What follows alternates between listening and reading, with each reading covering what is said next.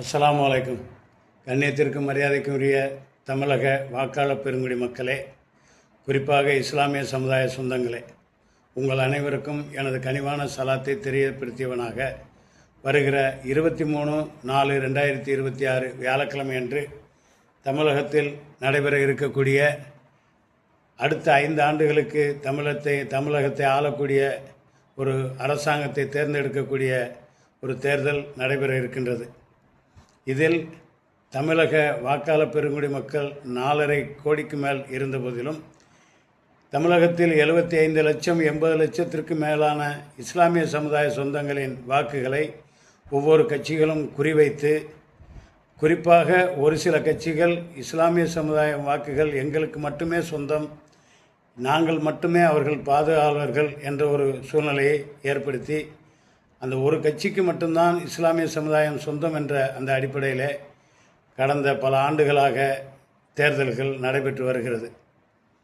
அந்த ஒரு கட்சியை தவிர்த்து மற்ற அனைத்து கட்சிகளுக்கு எங்கு தேர்தல் பிரச்சாரத்துக்கு சென்றாலும் அல்லது அவர்களுக்கு ஆதரவாக பேசினாலும் இவர்கள் பி டீம் என்ற ஒரு கீழ்த்தரமான ஒரு வாசகங்களை அந்த கட்சிக்காரர்கள் மட்டுமின்றி சமுதாய தலைவர்களே அதை பிரச்சாரம் செய்வது வேதனைக்குரிய ஒரு செய்தியாக இருக்கின்றது. இந்த 4.5 கோடி மக்களும் எப்படி பொதுவான அவர்கள் இதயத்தில் ஏற்படக்கூடிய சின்னங்களுக்கு வாக்களிக்கின்றார்களோ, அதுபோல் இஸ்லாமிய மக்களும் அவர்கள் இதயத்தில் எந்த சின்னங்கள் உதயமாகிறதோ, எது அவர்கள் இதயத்திற்கு பிடித்தமாக இருக்கிறதோ அந்த சின்னத்திற்கு அவர்கள் வாக்களிக்க உரிமையுள்ளவர்கள், சுதந்திரம் படைத்தவர்கள். அப்படி இருக்க ஒரு சில கட்சிகளுக்கு மட்டுமே இந்த இஸ்லாமிய மக்கள் சொந்தம் என்று உரிமை கொண்டாடுவது அது எதிர்காலத்தில் அது நன்மையான காரியங்களாக அமைந்து விடாது. அதே நேரத்திலே அரசியலில் என்பது நிரந்தர பகைவனும் கிடையாது, நிரந்தர நண்பனும் கிடையாது என்று பல்வேறு கட்சிகள் பல்வேறு கூட்டணிகள் மாறி மாறி நடைபெறக்கூடிய கடந்த கால வரலாறுகளையும் நாம் கண்டிருக்கிறோம், எதிர்கால வரலாறுகளையும் நாம் காண இருக்கிறோம். ஆகையினால் இந்த கட்சியினால் அந்த கட்சிக்கு பாதிப்பு, அந்த கட்சியினால் இந்த கட்சிக்கு பாதிப்பு என்பதெல்லாம் மாயைகள். அதை நன்றாக தமிழக இஸ்லாமிய சமுதாய சொந்தங்கள் விளங்கிக் கொள்ள வேண்டும். அவைகள் அனைத்துமே மாயைகள் தான்.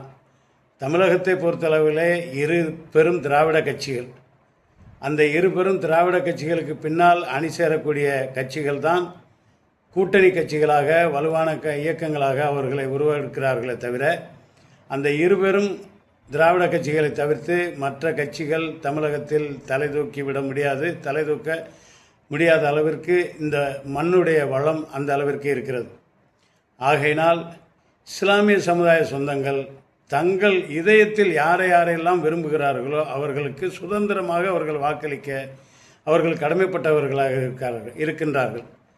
ஆகையினால் வரக்கூடிய எதிர்வரும் 23/4/2026 வியாழக்கிழமை தமிழகத்தின் அடுத்த 5 ஆண்டுகளுக்கு ஒரு சரித்திரத்தை படைக்கக்கூடிய தமிழக வாக்காளர் பெருமக்களாகிய இஸ்லாமிய சமுதாய சொந்தங்கள், உங்கள் இதயத்திற்கு யாரெல்லாம் எந்தெந்த கட்சிகளை பிடித்திருக்கிறதோ அந்த கட்சிகளுக்கு உங்களுடைய வாக்குகளை செலுத்துங்கள்.